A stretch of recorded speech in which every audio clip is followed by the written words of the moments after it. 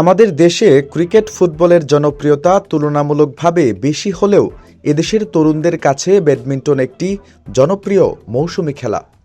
সকালে ঘুম থেকে উঠেই আনুষঙ্গিক কাজ শেষে ব্যাডমিন্টন র্যাকেট আর কর্ক হাতে বেরিয়ে পড়েন অনুশীলনে।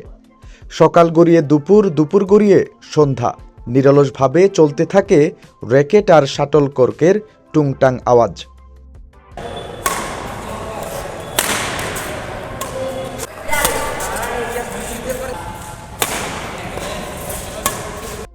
ব্যাডমিন্টনই তার একমাত্র ধ্যান জ্ঞান। যিনি সম্প্রতি নেপালে অনুষ্ঠিত ব্যাডমিন্টন সাউথ এশিয়া আঞ্চলিক জুনিয়র চ্যাম্পিয়নশিপ 2023-এ অংশ নিয়ে বাংলাদেশের হয়ে অর্জন করেছেন ব্রোঞ্জ পদক। বলছিলাম সিলেটের মেয়ে উদীয়মান শাটলার আফিফা খান অরিনের কথা। দিন শুরু যে সময় যেদিন স্কুল থাকে না সেদিন আমার শুরুটা মূলত প্র্যাকটিসে আসা থেকেই হয়, এবং তারপরে বাসায় যে রেস্ট নিয়ে আবার প্র্যাকটিসে বিকালের দিকে আসি। তো তারপরে আবার বাসায় যে কত সময় পড়ালেখা করে তারপরে আবার নেক্সট দিন যদি স্কুল থাকে স্কুলে যে বিকাল টাইমটা আমরা প্র্যাকটিস করি। অ্যাকচুয়ালি এখানে একটা সিলেকশন ছিল, সেই সিলেকশনে চ্যাম্পিয়ন হয়ে আমি নেপালে যাওয়ার ট্যুর পাই, আর সেই ট্যুর থেকে ব্রোঞ্জ অর্জন করি। ব্রোঞ্জে আসলে থেমে থাকলে হবে না, আমাদের উদ্দেশ্য স্বর্ণ। অরিন স্কলার্স হোম শাহিদগা ক্যাম্পাসের নবম শ্রেণীর শিক্ষার্থী এবং সিলেট ব্যাডমিন্টন একাডেমির প্রশিক্ষণার্থী। ব্যাডমিন্টনের প্রতি তার এই ঝোঁক সেই ছোটবেলা থেকেই। তিনি তার ভবিষ্যৎ সাজাতে চান এই ব্যাডমিন্টন দিয়েই। স্বপ্ন আছে জাতীয় দলে খেলা এবং সিনিয়র জুনিয়র দুই প্ল্যাটফর্মেই ব্যাডমিন্টনে চ্যাম্পিয়ন হওয়ার। প্রথমেই বাকিরা যেভাবে বাসার নিচে খেলে আমিও বাসার নিচে থেকেই শুরু করছি। আমি ছোটবেলা থেকে অন্য সব স্পোর্টস থেকে আমার ব্যাডমিন্টনের প্রতি আকর্ষণটা বেশি, সেই কারণে আমি ব্যাডমিন্টনে আসা। পড়ালেখা তো থাকবে, তার পাশাপাশি আমার ব্যাডমিন্টন নিয়ে একটা ক্যারিয়ারের ইচ্ছা আছে। ন্যাশনাল টিমে খেলবো, আরও এরকম টাইপের আরও মানুষের যেরকম থাকে আমারও আছে। অরিন বাংলাদেশ জাতীয় দলের সদস্য হিসেবে এর আগে ইউনেক সানরাইজ জুনিয়র ইন্টারন্যাশনাল টুর্নামেন্টে অংশগ্রহণ করেছেন।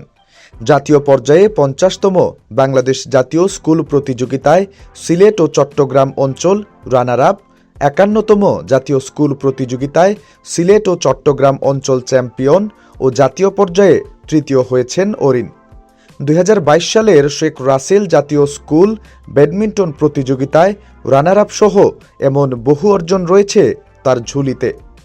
অরিনের এত সব অর্জন কেবল সিলেট নয়, বরং পুরো দেশের জন্যই গর্বের। সব অর্জনই অসাধারণ, কিন্তু কিছু অর্জন হচ্ছে যে এটা সারা জীবনই মানুষের মনে অনেক থাকে, কারণ সে বাংলাদেশ দেশের হয়ে সে ব্রোঞ্জ নিয়ে এসেছে। বিশেষ করে আমাদের বাস্তবতায় হোক আর আমাদের পরিবেশে হোক, সেই প্রতিকূলতাকে বের হয়ে এসে অরিন জাতীয় পর্যায়ে গিয়ে এখন ইন্টারন্যাশনাল লেভেলে এই অর্জন করেছে। সেটা আসলে যে খুশির বিষয়টা, সেটা আসলে ভাষায় প্রকাশ করা সম্ভব না। নানান সামাজিক প্রতিবন্ধকতা থাকলেও সবকিছুর মুখে ছাই দিয়ে এগিয়ে যেতে চান অরিন। পাশাপাশি সিলেটের অন্যান্য মেয়েরাও দেশের ব্যাডমিন্টনকে এগিয়ে নিতে ভূমিকা রাখবে বলে প্রত্যাশা তার। আর কি একটা জায়গায় চলতে গেলে এক একজনের মেন্টালিটি এক এক রকম থাকবে। একজন বলবে কেন খেলতেছে, আরেকজন বলবে খেলুক, ভালো করবে। আর কি এগুলো আর কি সব মিলাই আর কি আমাদের চালায় যাইতে হবে। প্রথম শুনতে হইতো, বাট এখন আর কি মানুষ বললে এক কান দিয়ে ঢুকে আর কান দিয়ে বের করে দিই, সেই জন্য এত খারাপ লাগে না। অরিনের ব্যাডমিন্টনের প্রতি এই ভালোবাসা আর টানকে পূর্ণ সমর্থন দিচ্ছেন তার পরিবারও। ও জন্মগতভাবেই কেন যেন ব্যাডমিন্টনের প্রতি তার একটা দুর্বলতা ছিল, আর তার ধারাবাহিকতায় তার আগ্রহের পিছনে শুধুমাত্র আমরা সমর্থনটা দিয়েছি। তো সেই অনুযায়ী তার যদি স্বপ্ন থাকে ব্যাডমিন্টন নিয়ে একটা কিছু করবে, ব্যাডমিন্টন নিয়ে দেশীয় পর্যায়ে এবং আন্তর্জাতিক পর্যায়ে দেশকে তুলে ধরবে, তাহলে আমাদের সর্বোচ্চ চেষ্টা এর পিছনে অবশ্যই থাকবে। খেলাধুলা না করলে নিছক বিদ্যা অনুশীলনে যৌবনের উদ্যম, শক্তি ও কর্মক্ষমতার অপচয় ঘটবে। বেরন্ডি কুবেরতার যথাযথ এই উক্তিকেই যেন মনে ধারণ করে এগিয়ে যাচ্ছেন সিলেটের মেয়ে আফিফা খান অরিন।